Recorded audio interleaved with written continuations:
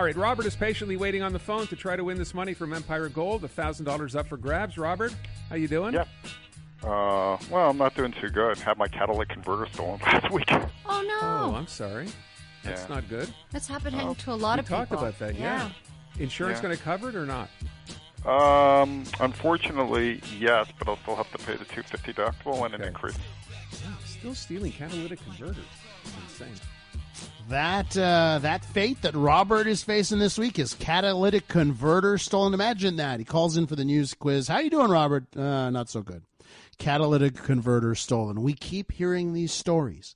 You know, we covered this on the program a few weeks ago, right, to tell you about just how much precious metal is in those catalytic converters, why they're such a target. But since then, we keep getting bombarded by people with similar stories. So we wanted to bring this back, and it's our pleasure to welcome Kris Begic onto the program, Vice President of Platinum Group Metals. Hi, Kris. Thanks for having me. Kris, refresh our listeners' memory here. The catalytic converter that is in their vehicle, how much is that worth to a thief? That's a great question, and I think that we've seen the metal prices for these commodities just go bananas here in the last few years. But a rule of thumb, a guy stealing a catalytic converter out of your car is probably going to get somewhere between $100 to $300 from a scrap dealer if he can sell it. The actual value of the metal in that converter is actually close to $1,000. So if it's close to $1,000 and maybe it's organized crime and they know what they're doing when it comes to this stuff, they could probably maximize the value there, not get $100 or $300. They could maximize, get that $1,000, right? Sure, and it's all about volume, right? Is how many converters can you steal and how many AutoCADs can you actually sell? So I've seen this story now. It's really exploding. In fact, every day you can see it in local media all over North America. The amount of catalytic converter theft that's happening is become a real crisis, actually. So, Kris, I got a text message from a listener. Every single time I mention catalytic converters, we get a text message from a listener saying it happened to me. But I have an interesting question here for this particular listener who got it replaced. Okay, they decided to get a cheaper aftermarket catalytic converter. The original dealer part was going to be $3,000. So they got a cheaper one, $500, okay, is what it cost them. And this listener has a question. Well, are they able to recognize that they now have a cheaper catalytic converter and thus leave it alone? The short answer to that is no. Basically, when people are stealing catalytic converters, they're really looking at a couple of different things. Number one is how easy is it to steal? So if you've got a big car that has an actual significant clearance above the ground, so it's easier to actually get underneath to saw it off, that's really the first thing that's going to motivate them. Number two is the bigger the car, the more metal in the converter. So if you're driving an SUV, if you're driving a commercial vehicle, hybrids are actually getting targeted quite a bit because the hybrid cars have more metal in the converters because the engines aren't used as much because of the battery that's being used. But the short answer is no. And really what you want to do is make sure that you're not being an obvious target for theft, which are kind of the basic things that we can all do. We're with Kris Begic from Platinum Group Metals. He's Vice President of Platinum Group Metals. Kris, can you remind our listeners just what the catalytic converter does and why it needs to have all of these pricey metals in it? Sure.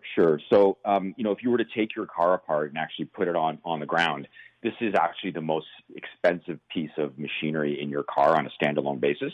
Wow. And it was introduced back in the 1970s when the U.S. EPA brought in emission controls. So when you start your car, whether it's gasoline or diesel, it produces a lot of really harmful gases. And that exhaust flows through the system. It encounters the catalytic converter, which is coated with platinum, palladium, rhodium, and these metals have a catalytic effect where they essentially dissolve these gases into friendlier things like carbon dioxide, oxygen, water, etc. So it's really the crux of clean air legislation globally, and every single country now in the world requires a catalytic converter in every single car sold. Why aren't manufacturers designing their vehicles so that these are not easy to access?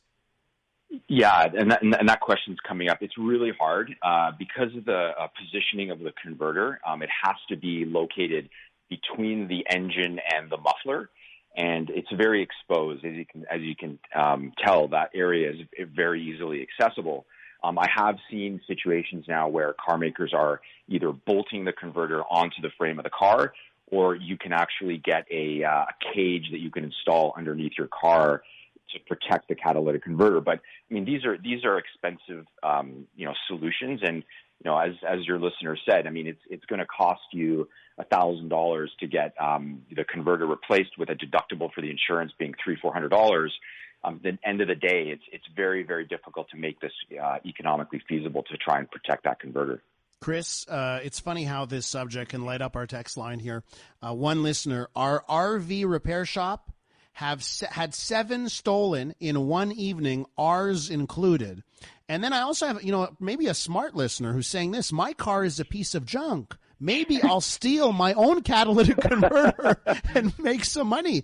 You did say it's the most expensive part in the vehicle, right, that you can access in that way if you're to lay these parts out, right? So don't necessarily junk your car if you've still got the catalytic converter. No, listen. If you're scrapping your car, I mean, you definitely want to take that converter out, because you can actually go online and you can find a buyer for that converter, and you will get $300, $400, $500 for a converter from a car that's 10 or 12 years old, that they will gladly pay you for that converter.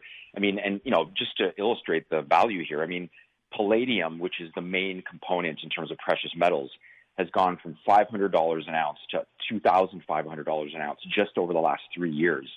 Rhodium, which is a very, very, very rare metal, and that is used on the nitrous oxide portion, went from $600 to $30,000 an ounce.